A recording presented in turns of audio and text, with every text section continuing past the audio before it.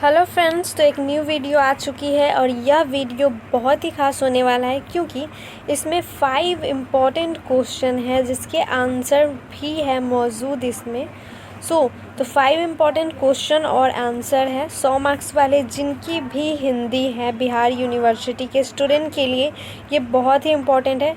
तो चलिए इस 5 क्वेश्चन को हम देखते हैं। तो सबसे फर्स्ट हमारा है वीवीआई क्वेश्चन में आंजनेय चैप्टर के बारे में हम कुछ इम्पॉर्टेंट बातें समझ लेते हैं जिससे हमें लिखने में आसानी हो। तो आंजनेय एक निबंधात्मक महाकाव्य है जिसकी रचना महाकवि किशोर ने की है। आंजनेय महाकाव्य का मुख्य नायक श्री हनुमान को बनाया गया है।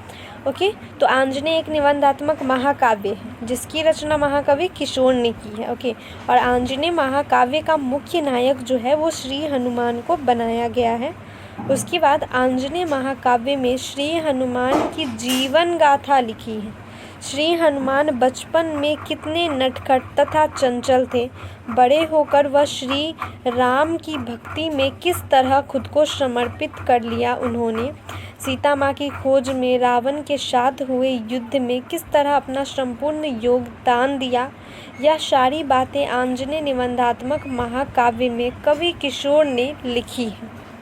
अतः हम कह सकते हैं कि आंजनेय नामक इस निबंधात्मक महाकाव्य की रचना कवि ने लोगों को श्री हनुमान की महानता, उनकी असीम भक्ति से अवगत कराने के लिए किया था। अब दूसरा हमारा इम्पोर्टेंट टॉपिक है संघमित्रा। ओके, तो अब संघमित्रा के बारे में हम जान लेते हैं। संघमित्रा चैप्टर के बारे में हम जानते हैं। तो संघमित्रा जो है वो श्री राम वृक्ष बेनीपुरी द्वारा लिखित एक एकांकी है। ओके, एक नाटक है। संघमित्रा सम्राट अशोक की पुत्री थी, लेकिन सम्राट अशोक के जैसी बिल्कुल भी नहीं थी। संघमित्रा एक बहुत ही दयावान और समस्त गरिमा से संपन्न एक महान नारी थी। तो संघमित्रा जो थी वो सम्राट अशोक की पुत्री थी और संघमित्रा जो है वो एक एकांकी है, एक नाटक है जिसे रामवृक्ष बेनीपुरी जी द्वारा लिखा गया है। श्री रामवृक्ष बेनीपुरी ने इस एकांकी में संघमित्रा के स्वभाव, उसके कोमल हृदय, उसके अपने समाज के प्रति प्रेम, दुखियों के प्रति दया भावना रखने वाली एक महान नारी के रूप में संघमित्रा का परिचय दिया है। तो संघमित्रा नामक एकांकी में सम्राट अशोक की पुत्री संघमित्रा का परिचय दिया गया है एक महान नारी के रूप में। ओके, नेक्स्ट है 3 नंबर क्वेश्चन है हमारा संवदिया। ओके, तो अब संवदिया चैप्टर के बारे में हम लोग जानते हैं आखिर इस चैप्टर में क्या है। तो संवदिया जो है वो फणीश्वर नाथ रेणु द्वारा लिखित संवदिया एक भावपूर्ण करुण कहानी है। तो यह एक कहानी, एक स्टोरी है। इस कहानी में बड़ी हवेली की बड़ी बहुरिया के बड़े बड़े दर्द को दर्शाया है। तो इस कहानी में एक बड़ी बहुरिया है जो बहुत ही कष्ट में थी, उसकी जीवन स्थिति को दिखाया गया है। एक स्त्री के साथ हो रहे अन्याय को बेहद अच्छे से लिखा गया है इस कहानी में। इस कहानी में किस प्रकार जब एक स्त्री अकेली बेसहारा हो जाती है और उसे पता नहीं कितने दर्द का सामना करना पड़ता है, ये सभी इसमें लिखा गया है। बड़ी बहुरिया की हालत भी कुछ ऐसी ही थी। उसके पति की मृत्यु हो गई। उसके देवरों ने घर के हर एक चीज़ का बंटवारा कर लिया। बेचारी बड़ी बहुरिया के पास न तो पैसे थे न खाने के लिए अन्न। कितना कष्टमय उसका जीवन था। उसने अपनी माँ के पास हरगोविंद को अपना समाचार बताने के लिए भेजा, लेकिन हरगोविंद भी बड़ी बहुरिया की माँ को कुछ बता न सका। अंत में हरगोविंद ने बड़ी बहुरिया को अपनी माँ मान लिया और कहा आज के बाद वो बड़ी बहुरिया का ध्यान रखेगा। तो यह थी संवदिया की कहानी जो कि फणीश्वर नाथ रेणु द्वारा लिखित है। संवदिया एक विधवा औरत की कहानी है कि किस प्रकार एक अकेली महिला को क्या क्या झेलना पड़ता है, उसे क्या क्या कष्ट होते हैं। उसका कोई नहीं होता इस दुनिया में उसके पति की मृत्यु के बाद। तो ये सब कुछ इसमें लिखा गया है। ओके, चलिए तो 4 नंबर देखते हैं हम क्या है 4 नंबर में। तो 4 नंबर है हमारा मलबे का मालिक। ये भी बहुत ही इम्पोर्टेंट क्वेश्चन है जो कि बार बार एग्ज़ाम में पूछे जाते हैं ये सभी 5 क्वेश्चन। तो मलबे का मालिक, ओके, तो मलबे का मालिक जो है वो मोहन राकेश द्वारा लिखित कहानी है। तो इतना तो हमें पता चल गया कि मलबे का मालिक जो है वो मोहन राकेश द्वारा लिखित कहानी है, जिसमें 1947 में हुए भारत विभाजन के कारण हुए एक दुखद दृश्य को दर्शाया है।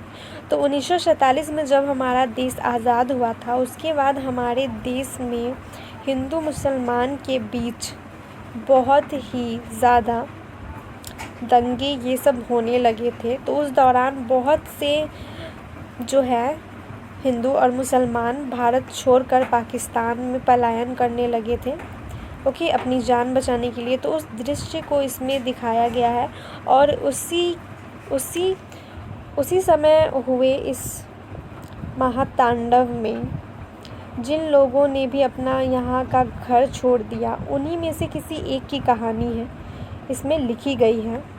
ओके, तो इस कहानी में एक गन्नी मियाँ नामक एक व्यक्ति है जो भारत विभाजन के समय पाकिस्तान चला गया था, लेकिन उसके पुत्र और बहू अपने नए बने मकान के मोह में यहीं रह गए, जिसकी वजह से रखा पहलवान ने उसकी हत्या कर दी और उनके घर को हथियाने की कोशिश में लग गया। लेकिन उसकी यह कोशिश काम न आई क्योंकि किसी ने उसके घर में आग लगा दी। घर तो पूरा जल गया, बचा सिर्फ मलबा। तो रखा पहलवान ने उस मलबे पर ही अपना हक जताना शुरू कर दिया। गन्नी मियाँ बहुत समय बाद हिंदुस्तान आया। उसे यह सब बात पता चली, वह बहुत दुखी हुआ, लेकिन जब उसने अपने घर का मलबा देखा, वह खुद को संभाल न सका। उसके पैर लड़खड़ाने लगे। कवि मोहन राकेश ने इस विभाजन के कारण हुए अपराध, अन्याय को इस कहानी में लिखा है। तो यह थी कहानी हमारे मलबे की मालिक की। ओके, तो आई होप आप लोग को समझ में आ गए। अब लास्ट क्वेश्चन हम देखते हैं। तो लास्ट क्वेश्चन है हमारा राम राज्य। राम राज्य चैप्टर के बारे में अब हम थोड़ा बहुत समझ लेते हैं कि आखिर क्या है इसमें। तो राम राज्य एक एकांकी है। तो राम राज्य एकांकी राम वृक्ष बेनीपुरी जी द्वारा लिखा गया है। ओके, इस एकांकी के मुख्य पात्र गांधी जी हैं। तो इस एकांकी के मुख्य पात्र जो है वो गांधी जी हैं। लेखक राम वृक्ष बेनीपुरी ने राष्ट्रपिता महात्मा गांधी की कल्पना के आधार पर समाज की कल्पना की है। हम सभी जानते हैं कि महात्मा गांधी संसार के महानतम क्रांतिकारी नेताओं में से एक थे। गांधी जी भारत ही नहीं, विदेशों में भी शांति, सत्य एवं अहिंसा के प्रतीक माने जाते हैं। आज का भारत गांधी जी की ही देन है। गांधीवादी विचारधारा हर क्षेत्र में महत्वपूर्ण स्थान रखती है। राम राज्य एकांकी में अहिंसा पर बल दिया गया है। गांधी जी की दृष्टि में अहिंसा मानव का सर्वश्रेष्ठ हथियार है। अहिंसा एक प्रचंड शस्त्र है। इस तरह हम कह सकते हैं कि राम राज्य एकांकी में गांधीवादी विचारधाराओं को दर्शाया गया है, जो कि समाज को हिंसा मुक्त रहने का संदेश देता है। तो एक बार हम फिर से देख लेते हैं। तो राम राज्य चैप्टर जो है वो एक एकांकी है, इतना हम याद रखेंगे, और राम वृक्ष बेनीपुरी जी द्वारा लिखा गया है और इसका मुख्य पात्र जो है वो गांधी जी को माना गया है। ओके, और इस चैप्टर में गांधी जी की नीति, गांधी जी की अहिंसावादी नीति के बारे में लिखा गया है। गांधी जी किस विचारधारा से इस संसार को देखते थे उसे लिखा गया है। ओके, नेक्स्ट है हमारा मलबे का मालिक। तो मलबे का मालिक कहानी जो है वो मोहन राकेश द्वारा लिखित है, जिसमें गन्नी मियाँ की कहानी है। ओके, तो इस कहानी में गन्नी मियाँ की कहानी लिखी गई है, जो कि 1947 में भारत विभाजन के समय भारत को छोड़कर पाकिस्तान चले गए थे। उनके साथ क्या हुआ यही सब लिखा गया है।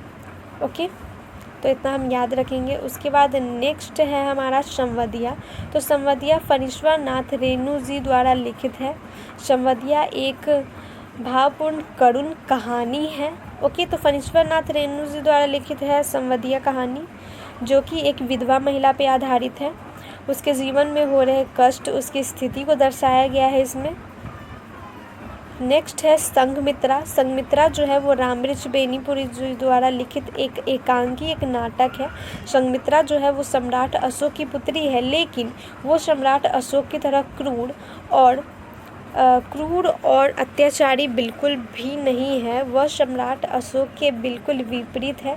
वो बहुत ही दयालु है और अपने देश अपने समाज के लिए बहुत ही अच्छा स्वभाव रखती है। उसे एक महान नारी का दर्जा दिया गया है।